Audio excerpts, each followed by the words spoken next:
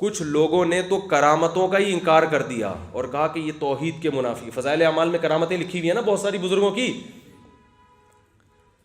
کچھ لوگوں نے کہا یہ شرک ہے. فضائل اعمال میں کیا ہے؟ شرک ہے. فلاں بزرگ نے یہ کر دیا، فلاں بزرگ نے یہ کر دیا، تو یہ کیا ہے؟ شرک ہے.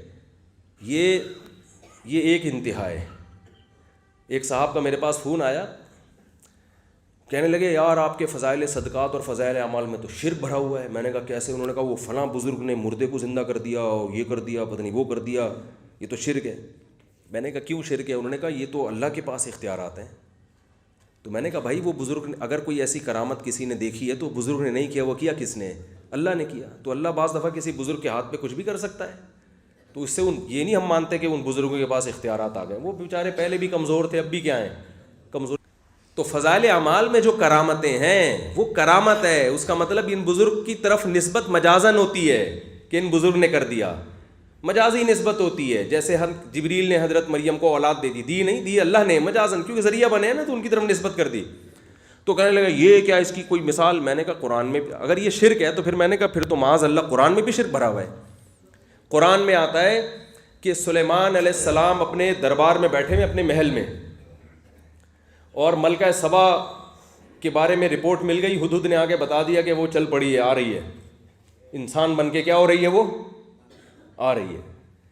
تو حضرت سلیمان علیہ السلام نے فرمایا ایکم یاتینی بعرشھا قبل ان یاتونی مسلمین. اے میرے درباریو، تم میں کون ہے جو سینکڑوں کلومیٹر دور جا کے اس کا تخت، میری درخواست، میری یعنی فوراً سے پہلے، اس کے یہاں پہنچنے سے پہلے اس کا تخت کون اٹھا کے لا سکتا ہے؟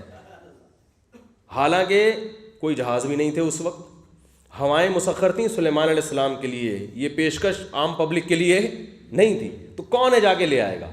قال عفریت من الجن انا آتیک بہ قبل ان تقوم من مقامک. ایک بہت بڑے جن نے بولا کہ اے سلیمان، آپ کہتے ہو ملکہ کے یہاں پہنچنے، یہ تو بہت دیر ہو جائے گی، آپ کی مجلس برخاست ہونے سے پہلے میں لے آؤں گا.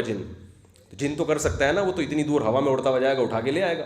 اصل میں سلیمان علیہ السلام اپنی طاقت ملکہ سبا کو دکھانا چاہتے تھے کہ دیکھ میرے پاس ایسے ایسے جنات ہیں، ایسی چیزیں میرے پاس رکھی ہوئی ہیں کہ وہ ملکہ سبا نے پہلے تحفے تحائف بھیجے تھے نا حضرت سلیمان کو اپنی دھاک بٹھانے کے لیے کہ میرے پاس اتنی قیمتی چیزیں ہیں.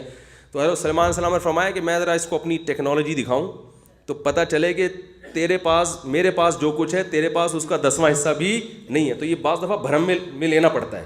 سلیمان علیہ السلام نے کہا کہ ذرا یہ بھرم میں آ جائے. ملکہ سبا یہ بڑی اپنی فخر کر رہی تھی، میرے پاس یہ ہے، میں اتنی مالدار اور ویسی حکومت. سلیمان علیہ السلام نے کہا اس کے یہاں پہنچنے سے پہلے اس کا جو عالی شان اربوں خربوں روپے کا تخت ہے وہ کون ہے یہاں اٹھا کے لے آئے، تاکہ وہ دیکھتے ہی کس میں آ جائے؟ بھرم میں آ جائے. تو جن نے کہا کہ آپ کی مجلس ختم، آپ کہہ رہے ہو کہ یہاں پہنچنے، یہ تو بہت لیٹ. وہ جن اپنے بھرم دے رہے ہیں، ٹھیک ہے نا. جن کیا کر رہا ہے؟ اپنے بھرم ڈال رہا ہے کہ آپ کہہ رہے ہو کہ ملکہ سبا جو 1 مہینے میں یہاں پہنچے گی، اس 1 مہینے سے پہلے تخت، یہ تو بہت آپ نے ایسی بات کر دی ہے جو سلیمان علیہ السلام آپ اللہ کے پیغمبر اور بادشاہ ہیں، بس ٹھیک ہے نا، آپ کا ادب کرتا ہوں میں، یہ تو بہت آپ نے ایسی بات کر دی ہے. مجلس برخاست ہونے سے پہلے تخت یہاں پر موجود ہوگا. اب چونکہ بھرم چل رہے ہیں ٹھیک ہے نا. تو وہاں ایک بزرگ بیٹھے ہوئے تھے جو جن نہیں تھے، کیونکہ قرآن کہتا ہے قال الذی عنده علم من الکتاب. اس شخص نے کہا جس کے پاس کتاب کا علم تھا. کتاب سے مراد ہے زبور جو داؤد علیہ السلام پہ نازل ہوئی، یعنی عالم تھے، بزرگ تھے. انہوں نے کہا کہ یہ کہہ رہا ہے کہ مجلس ختم ہونے کے بعد میں تخت لے کر آؤں گا، بہت لیٹ. یہ میرا اپنا اسٹائل ہے، ٹھیک ہے نا، بہت تاخیر ہو جائے گی حضرت. بھرم اس کو نہیں کہتے. انا آتی کا بھی، میں تخت لے کر آؤں گا قبل ان یرتد الیک طرفک، آپ کی پلک جھپکنے سے پہلے. یہ کہا اور تخت موجود ہے. نہیں آ رہی بات. اب یہ واقعہ اگر قرآن میں نہ ہوتا، صرف فضائل اعمال میں ہوتا، تو فضائل اعمال پہ کیا فتویٰ لگتا؟ شرک. اس لیے کہ آپ کو شرک کی ڈیفینیشن معلوم نہیں ہے. آپ نے بس ایک توحید کا لفظ یاد کر لیا اور جہاں اڑاؤ جس پہ چاہو شرک کا ٹپا لگا دو. ہاں کیا ہو رہا ہے؟ اب وہ میں بتاتا ہوں. اصل میں یہ بزرگ کی کرامت تھی, سمجھ رہے ہو. ان کو اللہ کی طرف سے الہام ہو گیا کہ آج اللہ آپ کے ہاتھ پر ایسی کرامت ظاہر کرے گا, ایسی کرامت کہ آپ اشارہ کرو گے اور سیکنڈ سے بھی پہلے تخت حاضر ہوگا. اشارہ کریں, انہوں نے کیا اور تخت حاضر. تو یہ ان بزرگ کا کام نہیں ہے, کوئی کسی بزرگ کے پاس یہ طاقت نہیں ہے. یہ کس کا کام ہے؟ اللہ کا, جو اللہ نے ان بزرگ کے ہاتھوں پر کیا, اور کرنے سے پہلے اللہ نے ان کو بتا دیا کہ میں آپ کے ہاتھ پہ یہ کرامت ظاہر کرنا چاہتا ہوں. اس سے ایک اور اشکال کا جواب ہو گیا جو فضائل اعمال پہ کرتے ہیں.